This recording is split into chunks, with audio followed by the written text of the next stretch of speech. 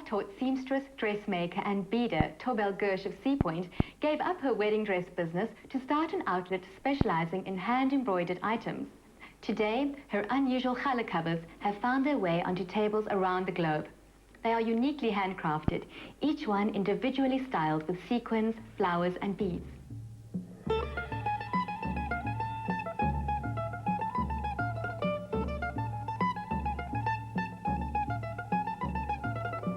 Years ago, I threw the towel in because I was making clothes for people, wedding gowns and special occasion wear. And I felt that I wasn't given the freedom to create what I really wanted to do. And I brainstormed the idea of a kitka cover because you weren't able to buy a very pretty one. And I researched it and I made a prototype.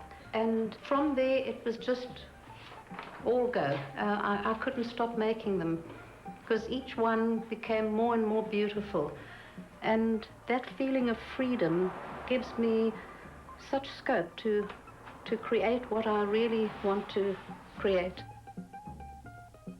It's so specialized and highly skilled that it's given me a good background and the ability to create my covers because I'm utilizing a lot of the skills that I used for my wedding gowns. I decided that it was about time to bring art onto the Shabbat table. This is how a kitka cover begins. I do a Magen David with see-through organza so that the kitka is visible. I then place ribbon over the stitching and I have to be very, very, very accurate.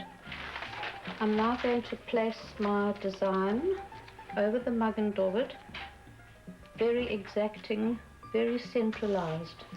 Now I trace this design onto the fabric with a carbon paper. Take some silver cording. This is the hardest part about the kitka cover because now I'm going to mark where this cording is going to be glued down. Now I glue where I've traced. Tiny little drops of glue. And this is even harder because you can't get any of the glue onto the fabric, but only onto the traced line. I'll usually place 4 roses on a cover.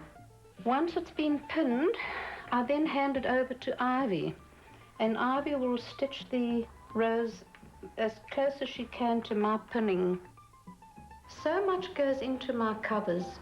To start with, I have to make sure that I'm sourcing the right fabric, that I'm doing a balanced design, that I'm getting the right color rose, and if I'm not happy with the color sequence, I'll ponder over which one and try different options. And when I get it all together, there's a perfect balance, and that's the part that I enjoy.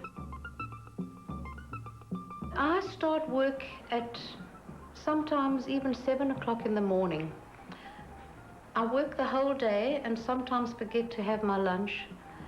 And then after supper, I'll go back into the sewing room, and that's my best time when everything is quiet, no phones ringing, and I go into another dimension because that's my best time to create. And time just has no meaning. This is a little explanation of why we cover our kitka. A thread of history. During the wanderings of our forefathers in Sinai, Hashem provided them with a daily portion of manna for sustenance. Manna was one of the 10 objects created in the twilight on the eve of the Shabbat of creation and was ground by the angels in heaven. It was covered with a protective layer of shimmering dew from whence originated the custom of covering our bread for bracha. This is more a hobby craft of mine. It's not work, it's passion, because each cover that I put together is uniquely created. And I could never have my covers mass-produced because it would lose the hands-on quality and individual feel to them. To me, these are like paintings.